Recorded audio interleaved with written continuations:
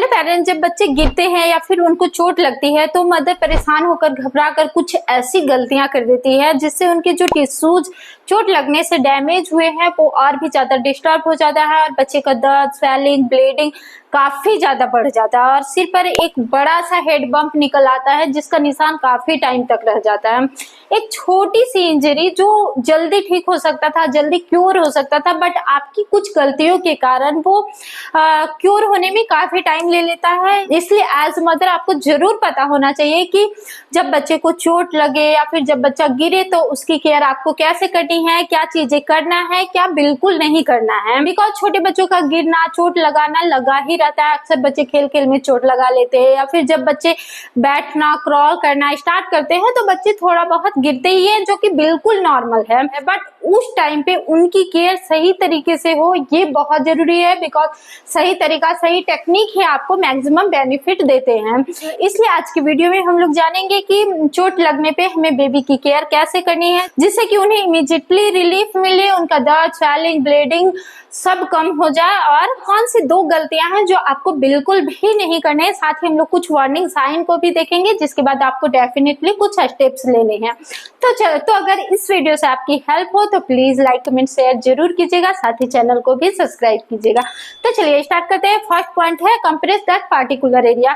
मतलब बच्चा जैसे ही सिर के बल गिरता है, सिर पर आगे, पीछे या फिर साइड में कहीं भी चोट लगती है तो आपको रगड़ने के बजाय आपको कंप्रेस कर रखना है। मतलब आपको बेबी के उस पार्टिकुलर एरिया पर आपको बिल्कुल हल्के हाथों से, जितना बेबी सह सके कुछ टाइम के लिए होल्ड कर हल्के हाथों से दबाकर आपको रखना है, रगड़ना नहीं है। इससे होता क्या है कि जो इनर ब्लीडिंग हो रही होती है वो रुक जाएगा और कम से कम स्वेलिंग होगा। यही पेरेंट्स से पहली गलती हो जाती है कि वो बिना सोचे समझे घबरा कर, परेशान होकर वो उस पार्टिकुलर एरिया पर कंप्रेस करने के बजाय इस तरीके से रगड़ना स्टार्ट कर देते हैं। तो ये गलत है। बिकॉज आप समझिए कि जो ब्लड वेसल्स चोट लगने से डैमेज हुए है, इंजर्ड हुए, क्या वहां रगड़ना सही है? वहां इससे बच्चे का जो दर्द है वो और भी ज्यादा बढ़ जाता है। उनका ब्लीडिंग, जो इनर ब्लीडिंग हुई होती है वो इधर उधर फैल जाता है। ओके, तो सेकंड पॉइंट है apply to that particular area. मतलब किसी भी तरह का कोई सा भी इंजरी हो, चोट हो, उस पर फर्स्ट 24 आवर तक आपको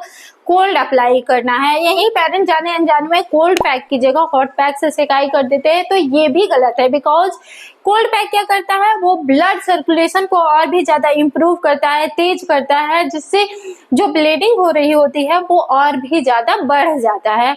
इसलिए आपको बेबी के उस पार्टिकुलर एरिया पर आपको हॉट पैक की जगह कोल्ड पैक से सेकाई करना है। इससे जो भी टिश्यूज डैमेज हुए हैं वो सिकुड़ जाता है और ब्लड फ्लो काफी कम हो जाता है और इमीडिएटली बच्चे को रिलीफ मिलता है। उसका दर्द, स्वेलिंग, ब्लीडिंग काफी कम हो जाता है और जो बाद में नीले कलर का दाग धब्बा आपको देखने को मिलता है वो सब बिल्कुल भी नहीं होगा। पहले आप इसे खुद एक्सपीरियंस कीजिए, देन उसके बाद आप मुझे आकर कमेंट कर जरूर बताइएगा। बट आइस अप्लाई करने से पहले आपको कुछ बातों का ध्यान रखना बहुत जरूरी है। लाइक आपको डायरेक्ट बेबी के ऊपर आइस कभी भी अप्लाई नहीं करना है। आपको कोल्ड पैक या फिर आइस के 2-3 क्यूब आपको पॉली बैग या फिर कॉटन क्लॉथ में लपेट कर ही आपको बेबी की सिकाई करनी है।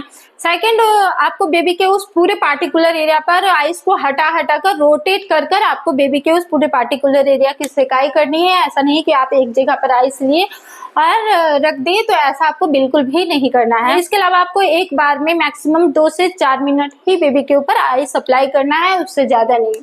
ओके, तो थर्ड पॉइंट है apply turmeric paste on that particular area. हल्दी में बहुत ज्यादा एंटीऑक्सीडेंट प्रॉपर्टीज होते हैं एंड बहुत सारा हीलिंग पावर होते हैं जो किसी भी इंजरी को जल्दी हील करने में काफी हेल्पफुल होता है। तो इसलिए अगर बेबी 6 मंथ प्लस है तो आपको बेबी को सुलाने से पहले हल्दी वाला दूध जरूर देना चाहिए, जो उसके पूरे बॉडी को अच्छे से हील करेगा, दर्द कम करेगा। और आपको हल्दी में कोकोनट ऑयल डालकर एक अच्छा सा पेस्ट बना लेना है। देन उसके बाद आपको इस पेस्ट को बेबी के उस अप्लाई कर देना है। इन सब से बच्चे को काफी जल्दी और बहुत आराम मिलता है और जो दाग धब्बा निशान पड़ जाता था बाद में वो सब बिल्कुल भी नहीं होगा। तो ओके, तो अब हम लोग जल्दी में वार्निंग साइन को डिस्कस कर लेते हैं। तो अगर बच्चा गिरते ही बिल्कुल चुप हो जाए, किसी भी तरह का कोई आवाजें ना निकाले, रोना चिल्लाना या फिर बेहोश हो जाए, या बच्चे के आंख नाक कान मुंह से ब्लीडिंग हो जाए, तब आपको इमीडिएटली बच्चे को डॉक्टर के पास लेकर जाना है। या फिर इसके अलावा आपको बेबी को फर्स्ट 24 आवर तक ऑब्जर्व करना है। गिरने के बाद फर्स्ट 24 आवर तक आपको बेबी को ऑब्जर्व करना है। अगर उसके बिहेवियर में आपको थोड़ा भी चेंजेस नजर आता है, अगर बच्चा कम एक्टिव है, सुस्त हो गया है, पहले की अपेक्षा ज्यादा सो रहा हो या कंटिन्यूअसली रो रहा हो या फिर उल्टियां कर रहा हो, तो आपको इमीडिएटली बच्चे को डॉक्टर के पास लेकर जाना है। आई होप इस वीडियो से आप हेल्प हुई हो। Thank you so much for watching. मिलते हैं आगे ऐसे ही कुछ नेक्स्ट वीडियो में।